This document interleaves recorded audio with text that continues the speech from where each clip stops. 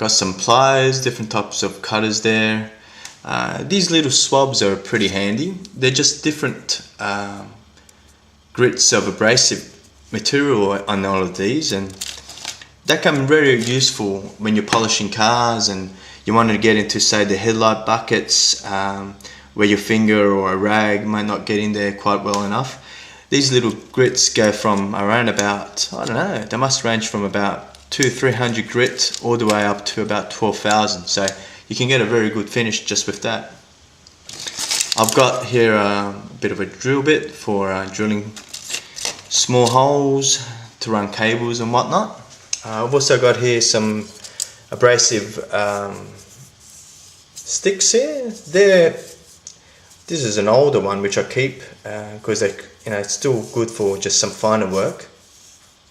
But that's 4 different abrasive components, and starts from the very coarse to the very fine, and you just work your way through the 4 grits to help you clean up parts.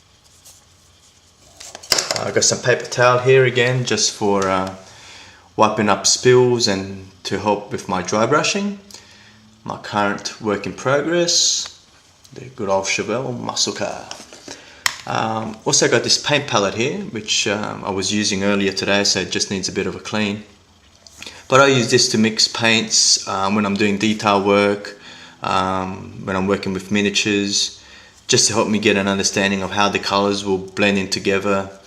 I normally wipe that down with an acetone wet rag, but I failed to do that on this particular occasion, but never fear, acetone will just about get anything out. Old CD discs. As you can see from the amount of build-up paint on there, I'll use this the same way I'll use this other thing, just as a little mixing tray. Now these little, I'm not sure if you can see that on camera that well, but these are things I picked at a convenience store. I don't know what to call them apart from the fact that they really help you. The idea is that you hold one of these in your hand with the other hand, and it helps you get a good handle on the paint tins. Now anyone who's ever used one of these tins before will soon realize that the paint build up around the rim makes it very difficult to remove the lid sometimes, and these things, when you hold them, twist them, helps you get a very good coverage, and 9 out of 10 times you'll be able to remove the lid easily. So there you have it. As you can see, there's nothing really overly sophisticated on my workbench. Just really wanted to highlight that there's a ton of stuff you can do and a lot of money you can spend to get the state-of-the-art workbench, but just those little things that will help you build a good model, and the most important thing is patience and time. So there you have it. Now moving over to my next bench, which is a bit of a work in progress at the moment, is where I keep a whole lot of other stuff. Now, pardon the mess on here at the moment. All this stuff is normally kept in a little storage container, but I'm rebuilding it at the moment, so I'm temporarily keeping all this stuff on my desk. But you find a whole lot of stuff, like Mr. Surfacer here, which comes in very handy. It's just a primer in a can, really, in a bottle, which will help you, add texture to things like armor, turrets, and a whole lot of other stuff. It's also good for filling minor imperfections in kits. Very good thing. Now, some modeling wax. This is always used when I'm finishing my models off. I use that in conjunction with some Tamiya cutting compounds, which in a mess have been displaced, but normally I run through a set of compounds and finish off with my Tamiya wax. Some metal effects.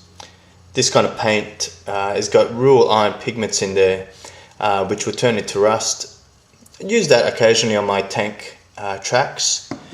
Some wrapping wire. I use this primarily for spark plug leads, but anything which really will look right in that scale. I've got a combination of different colors here. All my thinners are from Tamiya, from lacquers, enamels and acrylics. What else do we have here? Methylated spirits. I've just recently switched to methylated spirits to thin my Gunzi and Tamiya acrylics, and I've been happy with the results so far.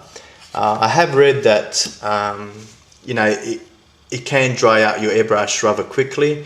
I've just gone through a winter, so I'm not experienced the summer using this stuff yet, so I'll give you an update as I go. But at the moment, I'm really enjoying that. I find that my models are coming up quite nicely, and you know, a bottle like that will last you a good couple of years. Some isopropyl alcohol, also used to thin Tamiya enamels, or acrylics rather. What do we have?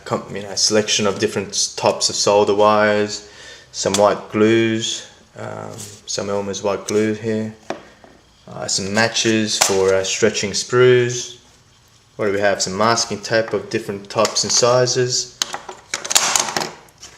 Making a royal mess, but yeah, it's all in the fun of things. Some baking powder. You can use that for a whole lot of different things to add texture to parts like your mufflers, you know, rusted mufflers, or creating snow-like effects. Some more Tamiya rattle cans hanging around. Some metallizer sealers. What do we have here? Some epoxy sculpt. This is just a two-part epoxy sculpting compound, which I've recently started using, which comes in very handy. We've got some wood stain for when we're working with real wood. What else do we have?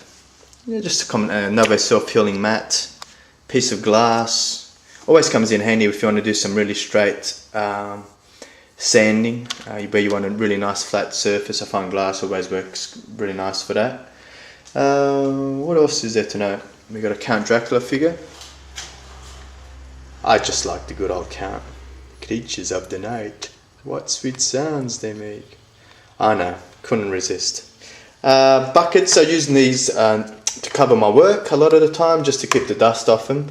I'm in a drive-through garage, so to get good ventilation, I normally open up the doors to get a good breeze blowing, and you know, as soon as I can, I cover them up with something like this just to keep the dust spreading. Do apologise for the mess. What do we have here? Some air drying clay. I use this for groundwork. Comes in handy. You can't really use it for anything else as it starts to crack and shrink a little, but for just basic groundwork it works really well. What do we have? That's about it for that particular bench, I think, of note.